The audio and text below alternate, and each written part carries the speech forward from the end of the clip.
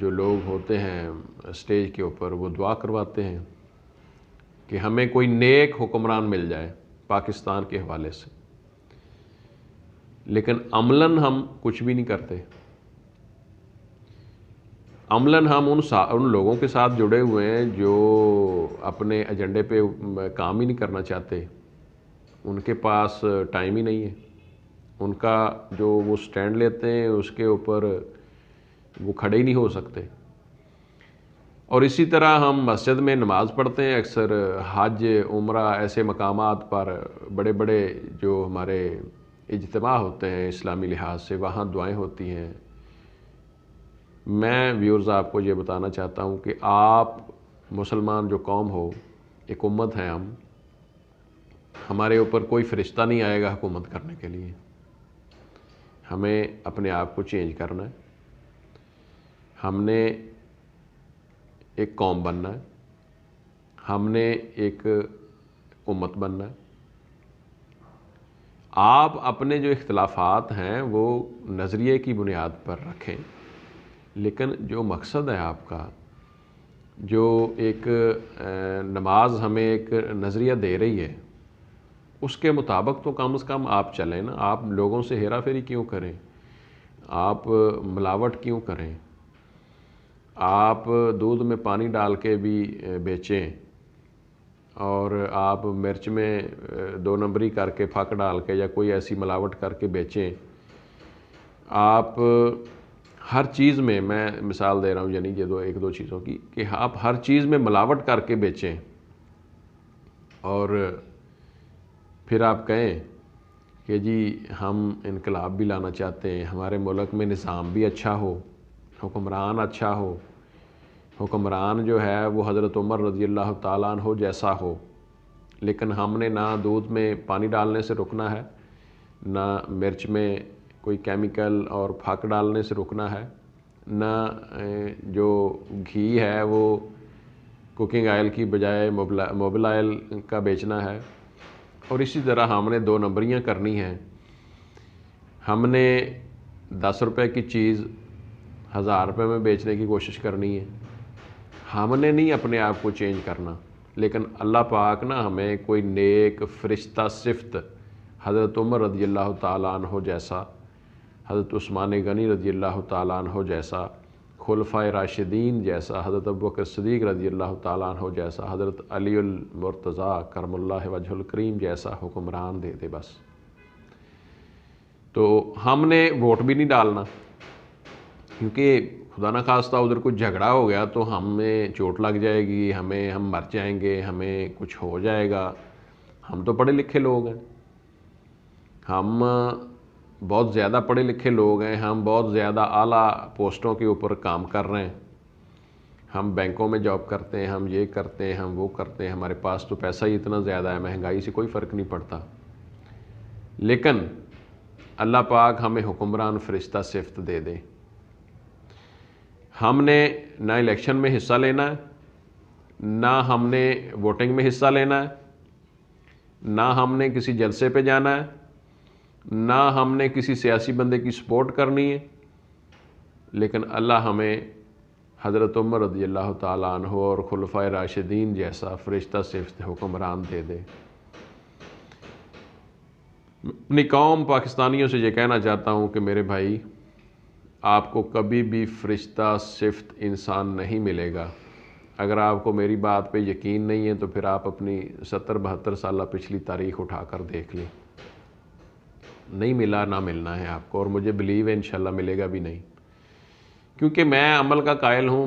مجھے پتہ ہے کہ میرے نبی سید الانبیاء علیہ السلام نے عمل کیا ہے، یعنی ہمارے نبی سید الانبیاء علیہ السلام نے 40 برس عمل کیا لوگوں میں۔ لوگوں نے، دشمنوں نے جو ایمان نہیں بھی لائے، انہوں نے صادق اور امین کہا، انہوں نے کہا کہ آپ سید الانبیاء علیہ السلام کو کہ آپ صادق ہیں، امین ہیں۔ وہ بے شک نہ بھی مسلمان ہوئے، کچھ لوگ امانتیں آپ کے پاس رکھتے تھے۔ یہ کردار کا دین ہے۔ آپ کے کچھ ذاتی معاملات ہوں گے، لیکن آپ کے جو معاشرتی معاملات ہیں، آپ کم تولتے ہیں، آپ دودھ میں پانی ڈالتے ہیں، آپ ملاوٹ کرتے ہیں ہر چیز میں، یہ تو چھوڑ دو، آپ کے ذاتی معاملات ہیں، آپ عبادت کم کرتے ہیں، زیادہ کرتے ہیں، یہ کوئی مسئلہ نہیں ہے، مسجد میں 5 بار جاتے ہیں یا 1 بار جاتے ہیں، نو پرابلم۔ لیکن جو آپ ہیرا پھیری کر رہے ہیں، نجائز کر رہے ہیں، یہ تو چھوڑو نا۔ اور پھر آپ الیکشن میں حصہ بھی نہیں لینا پسند کرتے، آپ کو موت آ جائے گی کیونکہ وہاں خدا نہ خواستہ کوئی ہنگامہ آرائی ہو سکتی ہے، گیدرنگ ہے، لوگ اکٹھے ہوتے ہیں، ایک دوسرے کے سوچ نظریات میں بھی فرق ہو تو وہ کوئی واقعہ پیش آ جائے اور آپ وہاں سے لڑ پڑیں۔ تو میں اپنے ویورز کو یہ بتانا چاہتا ہوں کہ آپ دنیا کا کوئی بھی کام کرنا چاہتے ہیں، سیاست کرنا چاہتے ہیں، سیاست میں حصہ لینا چاہتے ہیں، تو آپ کو دعاؤں کے ساتھ ساتھ، آپ کو اپنے نظریے کے ساتھ ساتھ آپ کو سٹینڈ لینا پڑے گا۔ موت آپ کو آ جائے گی، آپ بے شک 7 حجروں میں آپ بند ہو جائیں، موت آپ کو آئے گی۔ اور اگر آپ کو موت سے پہلے آپ جنگ میں بھی پھرتے رہیں، آپ کو موت نہیں آئے گی، یہ مسلمان کا یقین ہے، بلیو ہے۔ تو میرا یہ مقصد ہے کہ آپ نیا پاکستان کی باتیں ہو رہی ہیں، اپنے آپ کو چینج کریں، آپ ایک قوم بنیں، آپ حلال کھائیں، حلال کمائیں، ملاوٹ سے بچیں، اور ہر ایسے معاملے میں پارٹیسپیٹ کریں کہ جس سے آپ ملک کو، قوم کو، اپنے آپ کو، اپنے گھر کو، اپنے لوگوں کو بدل سکتے ہیں۔